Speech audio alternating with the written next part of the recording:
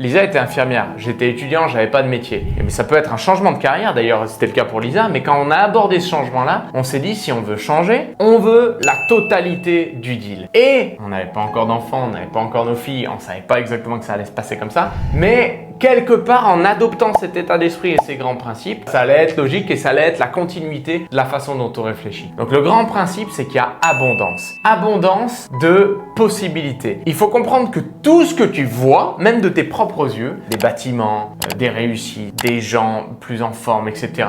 Tout ça, ça a été à la base dans l'imagination et la décision de quelqu'un. Et derrière, ça s'est matérialisé sous forme de briques, sous forme de ci, de ça, peu importe, mais ça s'est matérialisé à la suite d'une décision et d'une imagination. Et Lisa, tu as dit un truc tout à l'heure sur lequel j'aimerais qu'on revienne vite fait. Tu disais, on a beaucoup de gens qui nous disent « Ouais, mais les emmener en voyage, c'est dommage parce qu'ils s'en souviendront pas. » Mais est-ce qu'on est absolument d'accord sur le fait que ça va l'impacter si ça devient récurrent? Il y a des choses que les yeux ne peuvent pas voir. Il y a des niveaux, des dimensions de vie que les yeux ne peuvent pas voir et que l'énergie transmet. Et donc, ça, c'est un des points essentiels. C'est qu'on se dit, tu crées un capital à ta famille, à tes enfants et à chaque seconde, tu peux te dire, est-ce que j'investis dedans ou est-ce que je pioche dedans? Et nous, on a décidé d'investir.